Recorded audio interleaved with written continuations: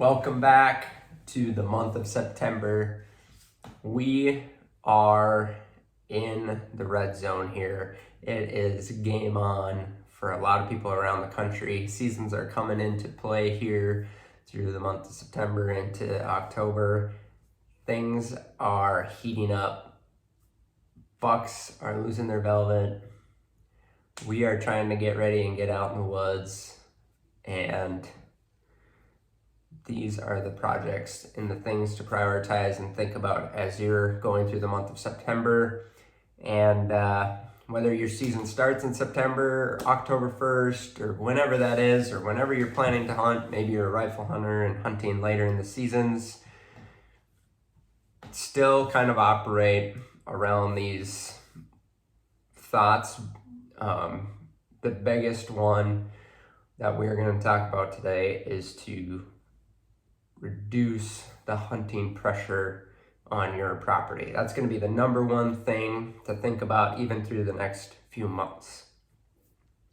We all get excited.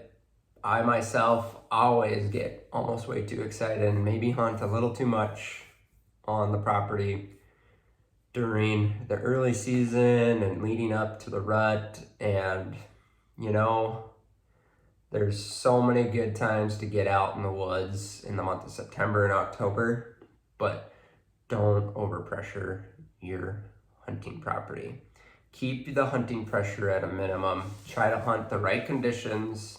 If you've got trail cameras of bucks and they're hitting certain areas and it's good cold conditions or the right wind, the right setups, and no doubt you need to get out there and hunt it. I mean, there's no doubt sometimes the early season is the time to get it done on a big buck if he's on your property. You never know what'll happen.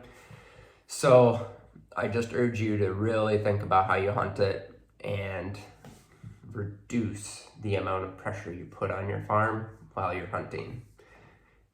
Mature bucks just don't tolerate, even mature does, they just don't tolerate that consistent hunting pressure, and they notice it very quickly. And so thing I like doing is hunting public land throughout the season as well. And if you really need to hunt and you have an opportunity to go hunt just because you have the day off, or it's it's just the time that you can get out, doesn't mean you should just go always pound your own ground. So just consider hunting some public land. Maybe you go on another hunting trip out of state or go somewhere else. Sometimes that takes pressure off and you're not so gung-ho on your own property. It doesn't take much to overpressure your property and quickly push bucks to more nocturnal behavior and deer in general to nocturnal behavior. So be careful with that. And the next thing we are working on for the month of September is trail cam surveys. I have a couple locations on our property in particular. Usually we try to do about a camera per 100 acres for a trail cam survey. And I would say just try to pick the areas around your property that would be a good point to cover for a survey. It's a good time to do it because all the deer have all their character. Usually the velvet's gone, and it allows you to give a better synopsis of, okay, so this is hunting season now. This is the fall. This gives you an idea of what deer are using your property right now. Because when you're starting to do more habitat projects and things to improve the hunting, even in the future years, this is good data to have and understand how your herd is doing throughout the next years and see those improvements and see what's happening to the herd after you make those improvements. So I did one last year around this time. I'm going to do another one this September. And just getting a pulse on, okay, we have this many bucks using it, there's probably these many does, and now you have a baseline for the future years. even if your numbers aren't right. And I'll do another video on how to do a trail cam survey, and you should definitely go check that out so you can better prepare and understand what that means to do a trail cam survey. And actually QDMA or NDA, National Deer Association, they've done some really good videos on how to do these. You should go check out those. Those are really basically the guidelines to how to do it.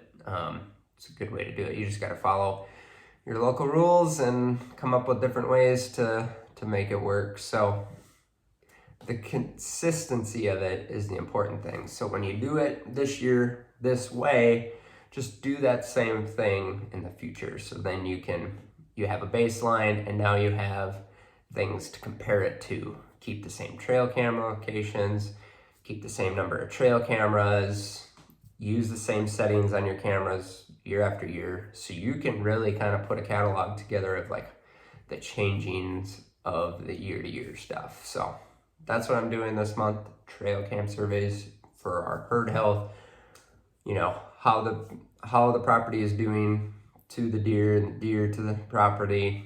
And the other thing I like to suggest is, so if you do have last minute projects for hunting, like setting up stands or anything like that you want to get done and need to get done, use the weather to your advantage. So kind of use the weather to, like, if you needed to go hang a stand, use the weather like you would if you were to hunt it. So I love using rainy days to, you know, check trail cameras, to get a stand hung. If you need to adjust or make a change, you still should make a change and get a little aggressive, but always minimize that pressure on the property by kind of using, so you're not blowing all your scent into a bedding area, or you're not making a bunch of noise when it's really quiet out. Just try to use those things to get those last minute things you wanted to get done on the property. And that's a big thing. I found when I was going and using rainy days are the best. It washes your scent away, it's quiet, the vision is harder for the deer because they're usually tucked back further into cover, they're staying out of the weather as well, and you just can move around the property so much easier, quieter, stealthy. It's just almost the way to go, is use those rainy days to do those things. But also a big project that I'm going to be doing for September is actually working on some final food plot maintenance and planting. We have several food plots on our property that have really good food in them. We have corn in a couple of food plots, and what we're really trying to do is we're trying to fill in the gaps for later season when there's more dirt exposed in your food plots, and setting yourself up for success in the next spring. So we like to plant winter rye. You can, depending on your area, you know, oats, rye, wheat, that kind of stuff.